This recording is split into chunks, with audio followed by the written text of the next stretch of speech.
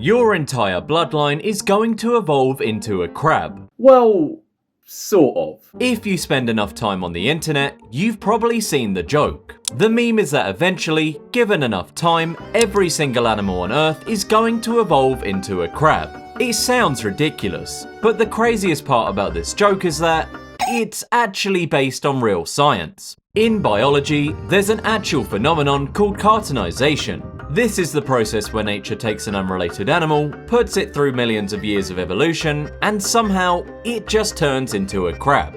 And this hasn't just happened once, or twice. Evolution keeps doing this. Evolution is supposed to be blind. It's supposed to be just a random series of mutations over millions of years. There's no end goal. There's no blueprint. But how many times has this actually happened? And if evolution keeps making things that look exactly like crabs, then what even is a crab in the first place?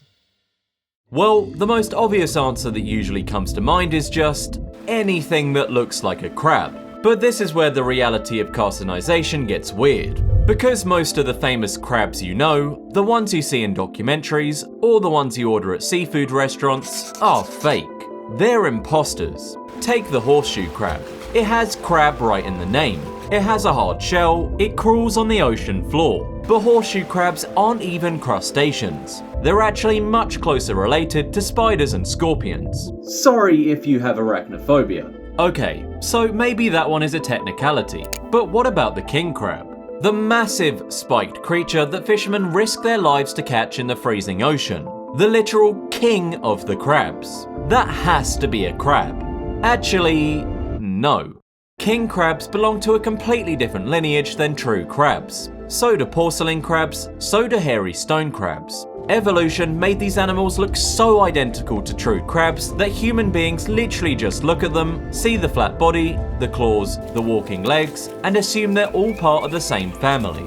But they aren't. True crabs evolved their shape millions of years ago. And then, separate groups of animals also found how overpowered it was and just morphed their own bodies to match it perfectly. So if king crab isn't actually a crab, what was it originally? And how did it end up looking exactly like one? Millions of years ago, the ancestors of the king crab didn't look anything like an armored tank. They were actually just hermit crabs. If you look at a hermit crab without its shell, it's honestly pathetic. They have a completely unprotected abdomen that twists on one side. The twisted shape is really only good for one thing: cramming their bodies inside empty snail shells. This is a great survival strategy, as long as there are actually shells to hide in. But eventually, some of these hermit crabs moved into environments where empty shells were scarce. Or they simply grew too large to find any shells that actually fit them. When you're a soft animal surrounded by predators, and you suddenly can't find a house to hide in, you're in serious trouble. You can't just walk around naked. You'll be eaten instantly, which is not going to be good for keeping your lineage alive. So, they had to adapt. Over millions of years, the hermit crabs that couldn't find shells started to calcify their own skin. They slowly grew thicker outer layers, but they still had that awkward tail hanging out around behind them. So, they just folded it. They permanently tucked their soft abdomen underneath their bodies, hiding it completely. Since they couldn't find any armor, they just became the armor. And by tucking their tail and flattening their bodies, they accidentally transformed themselves into the exact shape of a true crab. Okay, so tucking your tail solves the problem of not having a shell. But why is this specific shape actually better than just having a normal crustacean body? If you look at the rest of the crustacean family, like lobsters, shrimp, or crayfish, they all share the exact same body plan. They have an armored front half with claws and a long tail extending out the back. This long tail is actually incredibly useful for swimming. When a lobster gets scared, it just flaps that tail and shoots backward to escape. But this design has a massive flaw. That long tail is basically just a giant, exposed, delicious piece of meat. It's packed with muscle, which is exactly why humans love eating them, and it's exactly why every predator in the ocean wants to eat them too. When a lobster tries to hide in a rock crevice, it has to back itself in, but because its body is so long, a lot of the time, part of that tail is still sticking out. A predator can just swim by, grab the exposed tail, and rip the lobster straight out of its hiding spot. Crabs completely eliminated this weak point. By permanently folding their tail underneath their body, they essentially hid their most vulnerable part. There's nothing hanging off the back to grab. There's no fleshy target left exposed.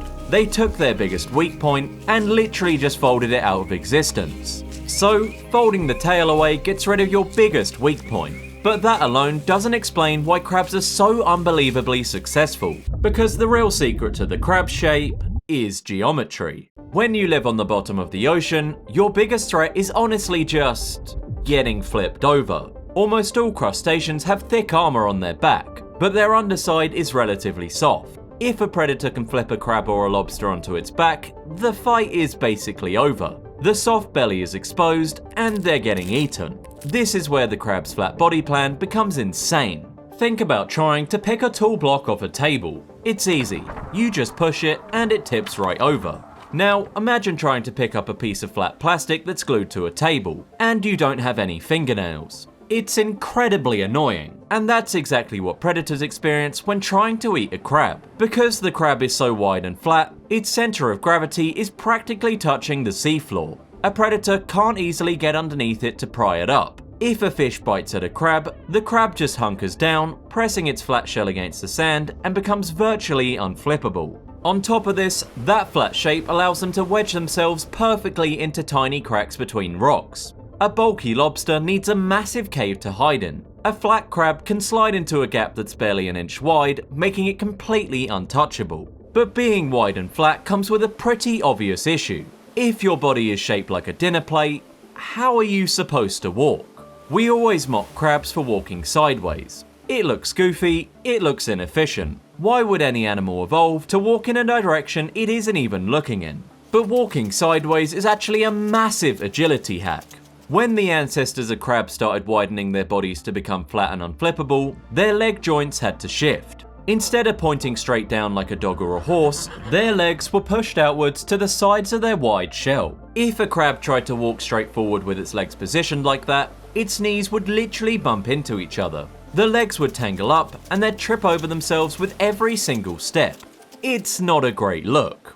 So they just changed directions. By walking sideways, the legs never cross paths. The legs on one side pull, while the legs on the other side push. This means they can move their legs fast without ever interfering with their own range of motion. This makes them way faster and more agile than anything trying to walk straight. They can dart across the sand, instantly change directions, and slide sideways straight into a rock crevice without having to turn their bodies around first. So, the crab shape has perfect geometry, no weak points, and a built-in speed hack. Which inevitably leads to the question the entire internet has been asking. If carcinization is actually a universal rule, and the crab shape is so perfect, does that mean humans will eventually turn into crabs? The short answer is absolutely not. The internet meme is funny, but it ignores the actual rules of how carcinization works. Evolution is powerful, sure, but it has limits. It can only mold and reshape the physical traits that an animal already has. Carcinization only happens to a specific group of animals called decapod crustaceans. This means they already have 10 legs, they already have an exoskeleton, and they already live in an environment where flattening their body gives them an advantage. Humans have an internal skeleton. We have bones on the inside and soft flesh on the outside. Evolution cannot magically take out our internal ribcage, push it through our skin, and turn it into a hard outer shell. We also only have 4 limbs. Evolution cannot just spontaneously generate 6 extra legs out of nowhere. For a human to turn into a crab, we'd have to completely tear apart our entire skeleton, reverse hundreds of millions of years of evolution, and somehow not die in the process. So, humans are completely safe from carcinization. But for the animals that can turn into crabs, how far can this actually go?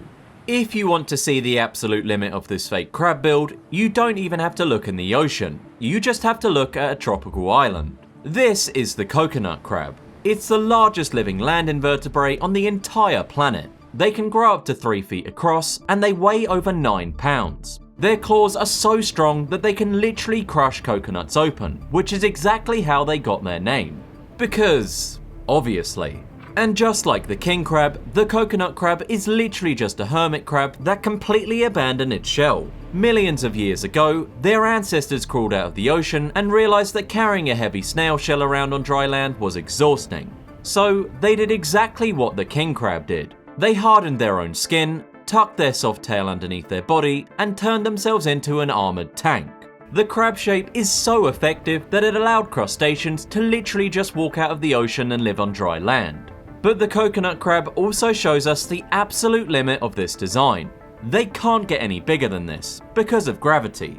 In the ocean, water supports the weight of a heavy exoskeleton. On land, the coconut crab has to carry all that armor itself. If it got any larger, its legs would literally just snap under its own weight, or it would just suffocate. So the crab build is clearly overpowered. It dominates the ocean floor and it even works on land. But if this shape is so perfect, why do crabs still die? Having a body made of solid armor is great for stopping predators, but it creates a huge problem when you actually need to grow. Because the shell is solid, it cannot expand. When a crab gets too big for its shell, it's essentially trapped inside a room that's slowly shrinking. The only way to survive is undergo a process called molting, and molting is a nightmare. The crab has to absorb seawater to swell its body up, cracking the old shell open along the back. Then it has to physically pull its entire body out of the old armor. It has to pull its legs out of its old legs. It has to pull its claws out of its old claws. It even has to pull its eyes and its gills out of the old shell. Once it finally breaks free, the crab is exhausted, and its new shell is soft. It feels like wet paper. For the next several days, the crab is just a defenseless blob sitting on the ocean floor, waiting for its new armor to harden. During this time, they're helpless. Anything that finds them will eat them. And even if no predators find them, molting is so physically demanding that about 10 to 15% of crabs literally just die from the exhaustion of trying to pull themselves out of their own skeleton. So the ultimate impenetrable biological armor is defeated by just trying to change clothes. So the crab build comes with a catch. They're perfectly protected most of the time, but the act of growing larger is a literal death trap. But let's assume you survive the molting phase. Now, we still have the best build to ever exist, right? Well, no. Crabs are still specialized for a certain niche. The second you take a crab off the ground, that exact same shape becomes a massive liability. Crabs are terrible swimmers. They have heavy exoskeletons, and they don't have a swim bladder. A swim bladder is basically just a gas balloon inside a fish that helps it float. Crabs don't have that. They're like a rock. A very angry, sideways walking rock. If a crab accidentally falls off a reef or gets swept into the open water, it's doomed. Their flat bodies, which are perfect for preventing predators from flipping them over, create a ton of drag in open water. They can't glide. They can't dart away. They just flail their legs uselessly as they plummet straight down to the bottom. Out here, if you can't swim fast or float, you die. The crab shape is a highly specialized build for exactly one environment, and it's an environment with ground, even if it's underwater. Outside of that environment, it's useless. So the crab shape has a massive flaw in the water, and believe it or not, evolution actually realized this, which led to something that completely breaks the rules. We've spent this time talking about how evolution constantly forces animals to turn into crabs, but evolution isn't a one-way street. Sometimes evolution looks at the perfect crab shapes and decides, you know what, this actually sucks. This is a process called decarcinization. It's the rare event where a true crab actually evolves away from being a crab. Take a look at the frog crab, and it's evolving into a frog. I know. Nature is really weird. Biologically, this is a true crab. Its ancestors had the flat body, the tucked tail, and the sideways walk. But today, the frog crab looks more like a weird bug. Its body stretched out, and its tail actually untucked itself slightly. Why would it abandon the ultimate survival shape? Because the frog crab changed its hunting strategy. Instead of walking around on the rocks, the frog crab survives by burying itself backward into the sand and ambushing prey. If you're shaped like a dinner plate, digging backwards is really hard. You can't just slide into the dirt. So evolution literally reversed course. It stretched the crab's body out, making it narrower and more streamlined, so it could slide backward into the sand with zero resistance. Evolution doesn't actually care about making some ultimate perfect shape. It only cares about what works in your specific situation. If the crab shape stops being useful, evolution will just uncrab you.